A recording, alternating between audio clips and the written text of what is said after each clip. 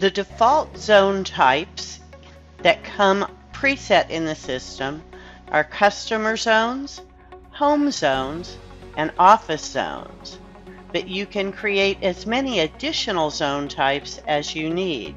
You may want to have vendor zones, you may have commercial clients, and residential clients that you want to keep as separate types of customers.